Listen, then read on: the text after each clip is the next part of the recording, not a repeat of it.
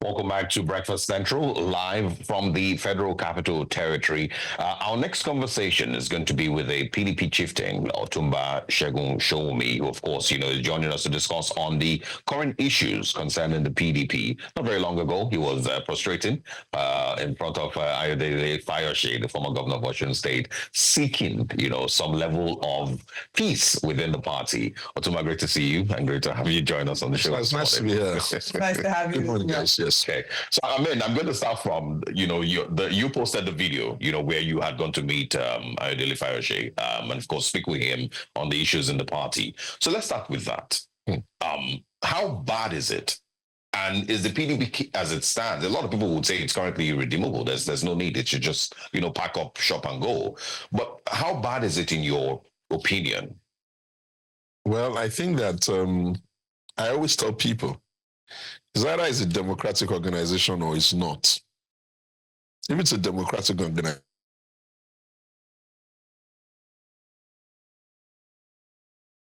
how outlandish their interests, no matter how inordinate, and they're going to push for it within the available means of either the law, the constitution, suffrage, and all of the things that go into human relationship. Within that context, I have come to the new idea that democratic organization in countries must also be reviewed relative to the attitude, the characters of the citizens of that environment. And therefore, I like to say that the People's Democratic Party of Nigeria is the democratic microcosm of the Nigerian nation. Whatever struggle the PDP has or deals with is a reflection of the struggle that the Nigerian nation, in terms of the human characteristics that make it up. Now, is it redeemable? Of course it's redeemable. I have a feeling that this set of crises that the party is in now is going to be the last set of crises it will ever be in, because they're running to the courts. And once you move from family affairs, talking among yourself, and then you start going legalese, the likely consequence, if the courts, and I beg them not to be tired, is that they're going to make some pronouncements that is going to then define how the play will go after that, because there will be, what you call the established position of the law on issues. So, as painful as it may seem, and you saw me beg, and I'll come to that in a minute, what you're going to say and what I expect, and I really pray and beg the Nigerian nation, members of the real estate, to help us do, is to help us accept that we cannot pretend that if it is not democratic, then it is democracy. And we cannot insist that a democratic institution that is struggling with our human characteristic to manage democracy in our country will now be the one that will be, not be encouraged, helped, and even promoted, as against a scenario where we can deceive ourselves that if we put 100 people in a room and we're struggling for democratic power, that once one man says, go and sit down, everybody will go and sit down. That's not realistic. And that's not democracy. They may tolerate, let me not say the word enjoy, they may tolerate the overhang of that kind of structure for now, just like we tolerated it at the beginning of our journey in 1999, when the president of Obasanjo could just wish anything that will happen, including remove governors and put them in and all of that.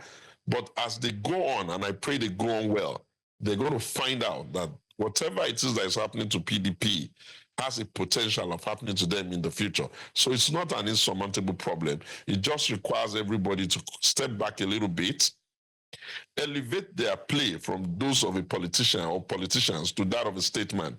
What does a statesman do? A statesman does precisely what I've done with Fayose, which is that when you have contending interests who are very, very angry, and they have the ability to be angry, and they also have some influence, nothing is too big a prize to beg them, to try to inspire them, to give them the idea of the greater good for all.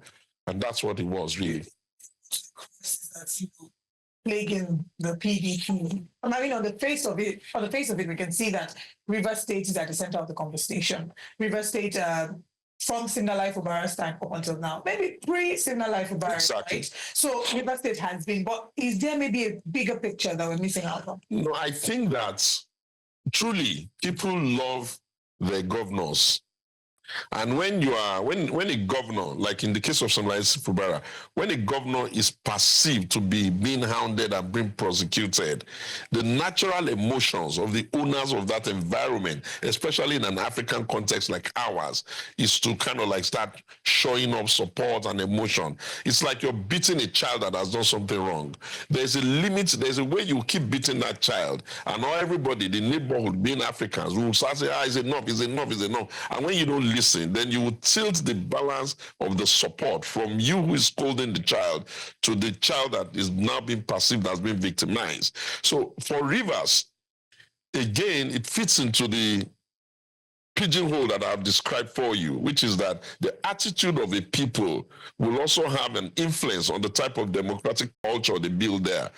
What will happen, what will be tolerable, the kinds of language, the kinds of things that they do in that environment is slightly different from what you'll expect in Akwa Ibom. And because you have to understand that there's nothing significantly happening in Rivers in terms of power passing and succession planning that didn't really happen in Akwa Ibom or didn't happen in Delta or has not happened in some other locations. And in all of those other locations, you haven't seen anything that resembles what is happening in Rivers. And I'm not criticizing them. I'm just saying that you can't expect a greyhound. You know, a greyhound, that dog, that animal that is very fast, you can't expect it to behave like a poodle. Now, if you are going to manage greyhounds, then you can't manage them like poodles. And it will be ridiculous for you to say a Rottweiler is barking when in the real sense of the word, a Chihuahua is just wagging his tail. Everything in nature behaves according to his own order. And therefore, what we'll just say is that, okay, we need to find a way to kind of say, enough, the greater good of the society must come to play, and democracy must not become a burden for the citizens who are still yet to accept or to get all their wish from democracy only because we're overheating it, we're making it a little bit too militarized, and we're doing things that could even if it's only going to make one person nervous in that environment, that has to stop. And whatever needs to happen must happen there. There's people who say that the current FCT minister, Nyesom Wike, is described as in some quarters as a mole in the PDP. You know, his presence there is to, cause some destabilization in the party.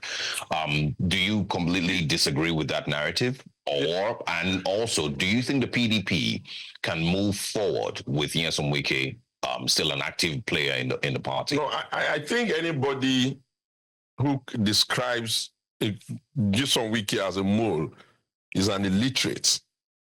No person that is verbose, that speaks, that addresses the press, that states his position honestly and truthfully even before he plays out his hand can be described as a mole.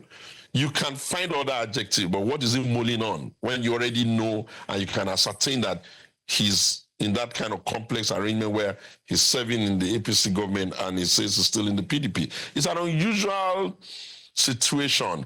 And history is the actions of men in reverse, in retrospection. So we will have to now see how it plays out in the final, but you can't call him a mole. I do not accept that. Now, in terms of whether what he's doing is correct, or is there anything that needs to happen, or what should PDP do? I've looked at the laws, I've looked at our book, I've poured over our constitution overnight, just trying to figure out what exactly is in the law that can give us an escape. And I will say to the PDP, clear, the way you read things and the way you expect things to be and the way things are can sometimes be different. And you have to give yourself a tunnel view to see what is before you and not only be seeing what is in your mind. What does the law say? What are the procedures? What does the Constitution say? What could potentially happen in the court? How should PDP, what will happen to Wike? I guarantee you, at some point in time, he will have to truly take a position. So let's just play it to 2026 or so, and then the campaign season starts.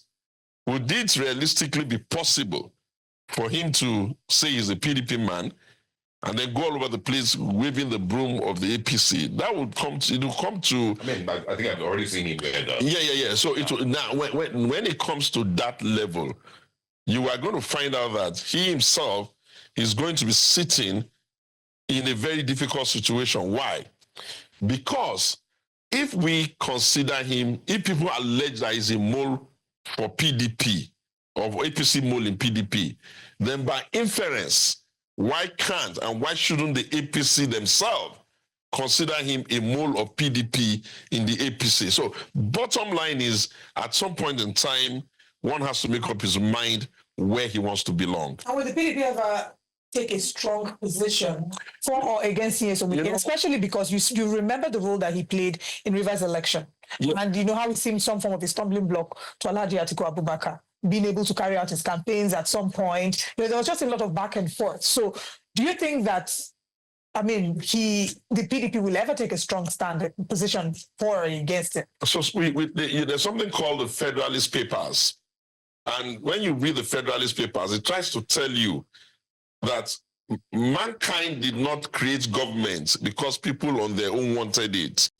The whole concept of government and authority was created because people would not on their own behave, except there's a compelling force insisting that this type of behavior will not be tolerated here. Now, whatever it is that happened or happens, and even is still happening in Rivers, I put the blame squarely on the side of the president, because at the level of a president of a country, you must, of a necessity, consider certain behavior, certain attitude, certain tendencies to be unright for your country. And I have said, Rivers carries significant economic asset of Nigeria. No president, what he sought, must be happy that they don't have peace there. And democracy or self-rule, however disorganized you like to say it is, societies are managed by territorial commanders. The number one territorial commander of the Federal Republic of Nigeria is the president in his executive garb. Therefore, if anything breaks down there, I will not blame Wike, I will not blame Similai, I will not blame the PDP, I will not even blame the militants who are saying things that are quite unacceptable in a country that has laws. I'll blame the president on whose table the buck stops. Yeah, I mean, there might also be some blame for the leadership of the party. I mean, currently, you know, there's even a factional chairman, Ahmed Mohammed. Umar Damagom, of course, is still fighting. Let me raise that quickly. There is no such thing. Our constitution and our books does not envisage that if you get suspended, like the publicity secretary and the legal advisor are told to step aside, a committee set up to go and review them. That's within our extant laws and the expectation of how an executive works. You don't have the power to be suspended by Channels TV, News Central, and then step out and do a press conference and say you suspended the owners of the TV. No matter how angry you are, that's not the way it goes. So discuss about the strength and validity of the allegations leveled against. I would have preferred we talked about the Nigerian Economic Summit. Quickly, yes. Oluwagba has been fired. You know, he's been fired. Suspended. I take that back. He's been told to step aside, actually, not even suspended. Okay, so he's been asked to step aside. And there's been the allegations leveled against him are insubordination. They talked about especially the October 4th letter that he put out asking Rivers citizens to vote in an election that PDP wasn't a part of. You know, is there maybe some strength or some validity to his argument against Damagum? Because he also raised some concerns about Damagum, especially regarding the letter to the Court of Appeal. You see, a snake is not having the same width from the head to the tail. What that says is that you don't have authority in an executive of equal gravitas. The authority granted the chairman is slightly different from that of the secretary, slightly different from that of the organizer. By the time you get to the publicity, except you are just really silly, the publicity secretary of a political party is actually that guy that carries the intentions of the executive and populates it and gives it to the society and stands in the gap between the society and others. You don't have that kind of, it's not envisaged that you have that kind of gravitas. And if anybody says you are suspended, thankfully they set up a committee. I don't think that we should say, oh, we don't trust the process. We have a disciplinary committee. We don't trust it. We have the courts. We don't trust it. Right. You got to come to a point where you say no.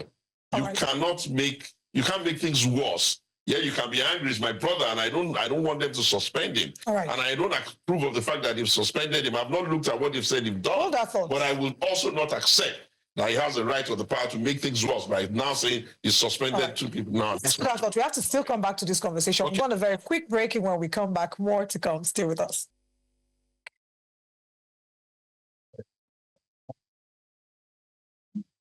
Welcome back to Breakfast Central. We're still here reporting live from the Federal Capital Territory. I'm reminded of the line, things fall apart, the center cannot hold, when I think about the People's Democratic Party and the drama that is plaguing the party. And we're joined by PDP chieftain Otumba Segun Sowunmi. Thank you very much for being here with us. You want to respond to that? Because I saw the reaction on your face when I said things fall apart. Our greatest dip as a political party, there's a science behind. You can look at it. Yeah. Our greatest dip was in 2015, actually, where we lost more seats and lost more governors. And PDP is here. Okay. So I think that we have enough time. We don't have all the time in the world, but we have enough time to say, I can even show them a pathway. But most of the time, they're just too arrogant. They don't know the amount of industry that goes into thinking. And that's why I'm thinking, okay, when you guys are ready, come and show me the pathway, because I already know the pathway out of this crisis. Okay, so with the suspensions and counter suspensions that have occurred in the party since Friday, I know there's going to be a meeting happening today, if I'm correct, in Abuja. What are the options that are available for the People's Democratic Party? I mean, in a way, this is the pathway that you're... No, I will not tell them the answer to that, but I will just say that let me just try and remind them of the limitations that we have. However influential the Governors Forum is, it's not a statutory organ recognized by law. And the NEC, which is the statutory organ that they must convey, they will be smart to go to that NEC and order an early convention, because there are even limitations in the Constitution as to what that NEC can do. So it's up to them, but we will not give them more. October 24th is, I know that. Well, wait till October 24th. Look, the thing is this. People think that thinking is easy. And people think that being brave to be able to tell you this is the truth, they think it's pretty. Or people think that you can't hold an honest view without being procured, in a way that you kind of like wonder, are these people really normal? The truth is, I have been here since 1998, never left one day. Obasanjo is like my dad. He left, I didn't even bother answering him. Otumba Gadalen is I kind of like adore him. He left, I'm still here. Do you think I have all the possibilities of what I want from them? No, it's just that I believe that we should build a democratic institution that can last.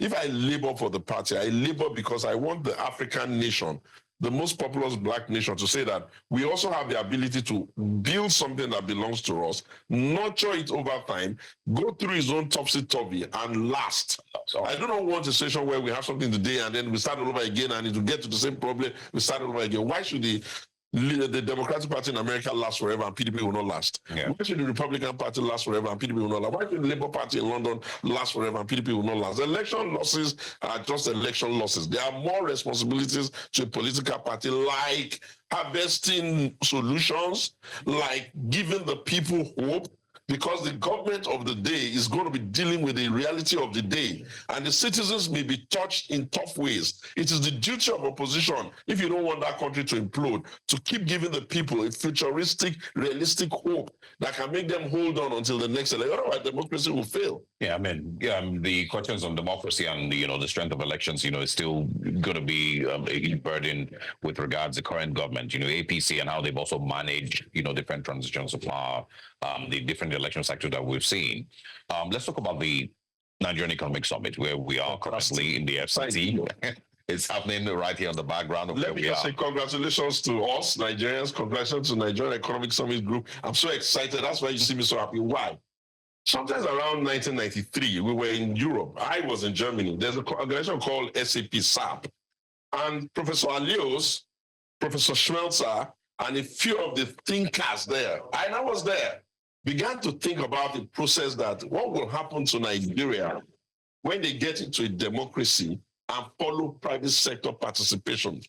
Now, they thought up that it's best to create institutions that can help them grow the manpower, that can allow them to now begin to take charge of a private public sector led democratic institution. And one of those institutions that was created is the NESG School. Another one was the Lagos Business School. So when I look at it today, Ernest Shonekan is dead, may so rest in peace.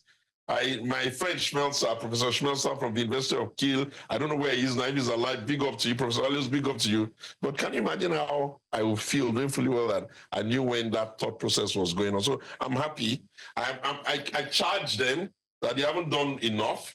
But if they had done enough, there won't be this many dislocation between the hope of the nation and government policy. So there are two organizations in the country that need to scale up. The Nigerian Economic Summit Group needs to scale up, not just talk of the issues, but prefer solution. The second one is Nigerian Institute of Policy and Strategic Studies. For any nation that cannot think up the solution to a problem before they come on the table will not survive. Imagine if we were the one dealing with what Palestinian was dealing with, or if we were the one dealing with all of the volcano and all the waters and all of that. We need to scale up. And there's no other way to do it other than in democratic government, because even if we reverted back to military rule, 200 men are trying to solve a problem, they can't solve it. You think 4 soldiers can then think it up? So some people would say that NESG and its partnership with the Nigerian government and their policies, their thinking, grew Nigeria's economy to where it was in 2014. But something dipped right after 2014. Do you think the APC has failed in its economic policies and its partnership with the NESG since 2014? You know, I think that now this is the bragging right for us in PDP. I hold a very strong view that the government between 1999 to 2015, everything considered, is by far the more progressive direction for the country. In 2015, the major problem that happened in 2015, and I keep advocating, anybody that comes into government and wants to form a cabinet by himself will run into trouble. The then President Buhari, I still cut my salute for him because he's done his own bit, ran into trouble because he constituted a government that was not exactly open to ideas of other people. They liked the idea of cabal. Now, this new man that is there now, Bola Ahmed Tinubu, my brother, he's going to struggle in the instance, like he's struggling now.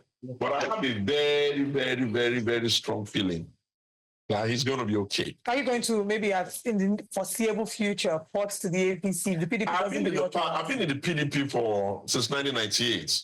I've actually been in the PDP where it was unregistered. When he wanted to register, it's Benga Loico is still alive. I've mentioned him out. Myself, Benga Lekwa, your Mohammed, your Thomas, they contemplated that maybe we should have a youth party. I said no. I said, as young people, we have not learned enough democratic culture to be having a party of ours, so we should go and learn. So I've been here forever. Why have I not joined APC?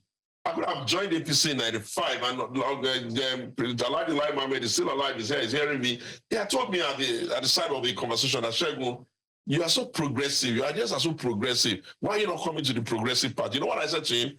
I said, any organization that cannot build its membership in an organic manner will lose its ideological underpinning. Now, look at it today. You look at the APC, who's supposed to be left of center, pro-people, solving the problem of the Awolowo eras, and PDP that is right of center, pro-business, and suddenly it's APC that is telling people to go and take a loan to go to school. APC is what I say. So in the end, you understand that because they didn't stick to building their organization in an organic manner, they have morphed so much that they themselves can't even recognize themselves in the mirror. There's still so much that we need to look at. I know. APC and the PDP, I want to that if we invite you again before we leave Abuja, that you will grace us with your presence. You guys are doing a fantastic job. Thank you. I'm proud of how the organization is moving, and I kind of feeling that some other people are better watch their backs. You guys are coming to kind of like take the show. Thank you so much for your time with us this morning, and thank you to our audience for joining us. We'll be back again same time tomorrow morning, 7 a.m. to 9 a.m. with Breakfast Central. But of course, for the rest of the day, we'll be connecting with the Nigerian Economic Summit. But for now, we'll hand over to our Lagos studios. I am Olive Emodi. And I am Osalbi Ogbon.